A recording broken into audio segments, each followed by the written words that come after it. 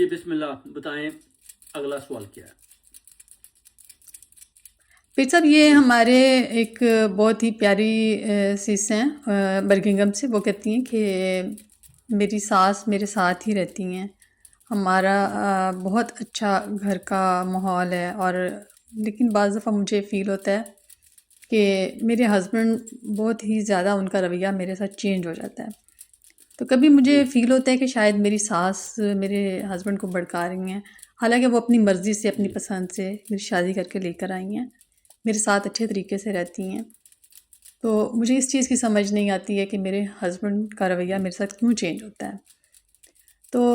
بہت زیادہ گھر میں نیگیٹیوٹی پھیلی ہوئی ہے،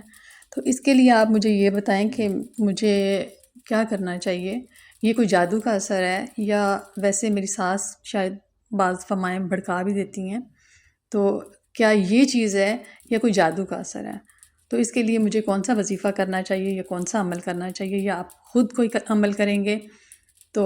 اس کے لیے مجھے بتائیں آپ، تاکہ میں اس پر عمل کروں اور وہ ہمارے گھر میں جو نیگیٹیوٹی پھیلی ہوئی ہے اور ہم لوگ اس طرح سے ایک دوسرے کے اگینسٹ ہوتے جا رہے ہیں آئے دن، تو وہ سب کچھ ٹھیک ہو۔ جی یہ برمنگم سے ایک بہن کا سوال تھا، تو انہوں نے بتایا کہ جو ان کے شوہر ہیں، ان کی جو والدہ ہے وہ بیسیکلی بھڑکاتی ہیں میرے میاں کو میرے اوپر، اور اس کے بعد وہ غصے میں آ جاتے ہیں، میری بات نہیں مانتے، اپنی ماں کی بات زیادہ مانتے ہیں۔ جب سے میں شادی کر کے آیا ہوں میری طرف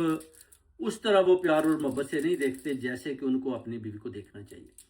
تو ماں بیسیکلی ان کی جو ہے، ظاہر ہے میں اب ان کی مخالفت تو نہیں کر سکتی، مگر وہ ایک بہت بڑی میرے راستے میں ایک قسم کی رکاوٹ بنی ہوئی ہے، کیونکہ بیٹا انہوں نے اس کے اوپر قابو ڈالا ہوا ہے، اور جو میرا میاں ہے وہ ان کی بات سنتا ہے۔ تو اس کے لیے وہ کہتے ہیں کوئی ایسا طاقتور وظیفہ بتائیں کہ جو ماں اور بیٹا ہے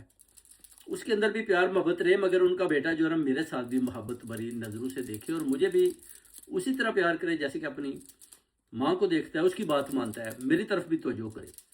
تو اس کے لیے ایک نہایت ہی طاقتور چھوٹا سا وظیفہ آپ کو دیتا ہوں، صرف 11 دن کا عمل ہے۔